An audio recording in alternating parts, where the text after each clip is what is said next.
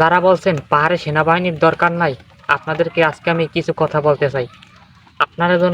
আপনারা যেন এই যে নানা ধরনের ট্যুরে যাইতে আছেন বা কোনো ভ্রমণে যাইতে আছেন, বাইক ট্যুরে যাইতে আছেন, কাউকে নিয়ে ঘুরতে যাইতে আছেন, বাংলাদেশ সেনাবাহিনী যদি পাহাড়ে না থাকতো আপনারা কখনোই এইভাবে স্বাধীনভাবে পাহাড়ে ঘুরতে যাইতে পারতেন না, পাহাড়ে বাইক ট্যুরে যাইতে পারতেন না, পাহাড়ে যাইয়া মনে করেন ছবি তুলতে পারতেন না, পাহাড়ে যাই ভিডিও করতে পারতেন না, এবং সেই ভিডিও আবার আইনিয়া বাড়িয়ে নিয়ে মনে করেন টিকটকে, ফেসবুকে, ইনস্টাগ্রামে, ইউটিউবে আপলোড করতে পারতেন না।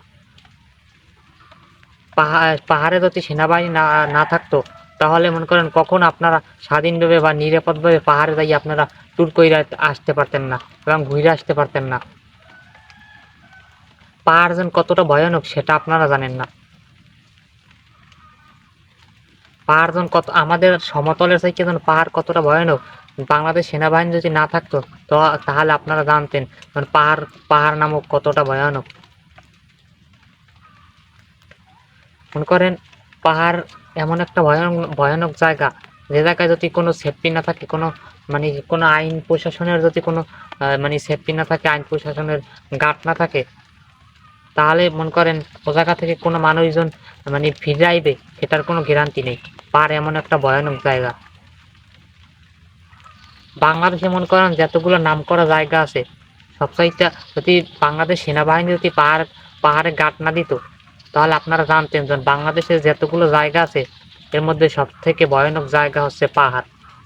পাহাড় এমন একটা ভয়ানক জায়গা,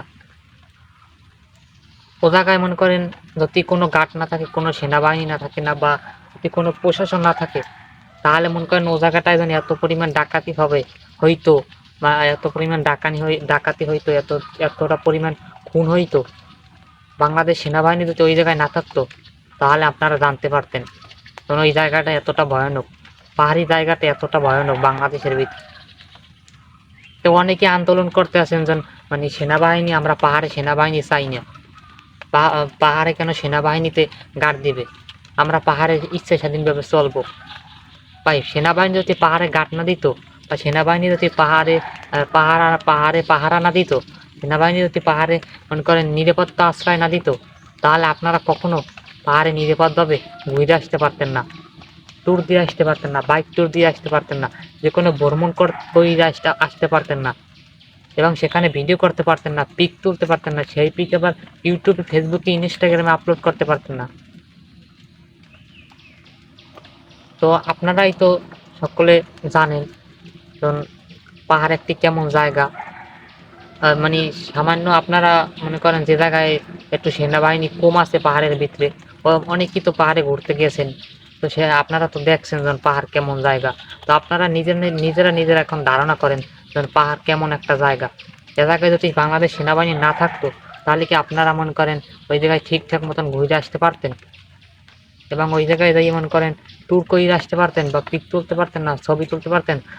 পিক পিক ছবি পিক ভিডিওর কথা বাদ দেন, আপনার জীবনটা নিয়ে আপনি কি ফিরে আসতে পারতেন? সেইটা একবার ভেবে দেখেন যদি বাংলাদেশ সেনাবাহিনী পাহাড়ে গার্ড না দিত। তাই সকলকে বলছি, সকলে এইসব আন্দোলন থেকে সবাই বিরত থাকেন। আমাদের এই স্বাধীন বাংলাদেশটা সব জায়গায় মনে করেন স্বাধীনভাবে চলাফেরা করবেন, এটাই আমরা চাই। আমরা সব জায়গায় স্বাধীনভাবে চলাফেরা করবো, এটাই আমরা চাই। সেটা যে জায়গায় হোক, যে জায়গায় আমাদের সেফটি প্রয়োজন হবে সে জায়গায় বাংলাদেশ সেনাবাহিনী সেফটি দেবে, যে জায়গায় আমাদের গার্ডের প্রয়োজন হবে, কঠিন গার্ড দেওয়া লাগবে, সে জায়গায় আমাদের বাংলাদেশ সেনাবাহিনী সেই জায়গায় গার্ড দেবে কঠিন। তো পাহাড়ে মনে করেন অবশ্যই আমাদের সেনাবাহিনী গার্ড দেবে আমাদের নিরাপত্তা আশ্রয় করার জন্য, এবং পাহাড়ে যেন আমরা ঠিকঠাক মতো ঘুরে আসতে পারি। আমরা যারা সমতলে বসবাস করি, আমাদের অনেকেরই শখ যেন আমরা পাহাড়ে গিয়ে ঘুরে আসবো। আমরা যদি স্বাধীনভাবে পাহাড়ে গিয়ে ঘুরে আসতে না পারি, কারণ পাহাড় এলাকাটা তো আমাদের বাংলাদেশের ভিতরেই, আমাদের বাংলাদেশেরই একটা জায়গা, আমাদের বাংলাদেশের মানচিত্রের ভিতরেই একটা জায়গা। তো আমরা যেন ওই জায়গায় যাই স্বাধীনভাবে ঘুরে ফিরে আসতে পারি, সেই জন্য আমাদের এই সেনাবাহিনীর গার্ড অবশ্যই প্রয়োজন।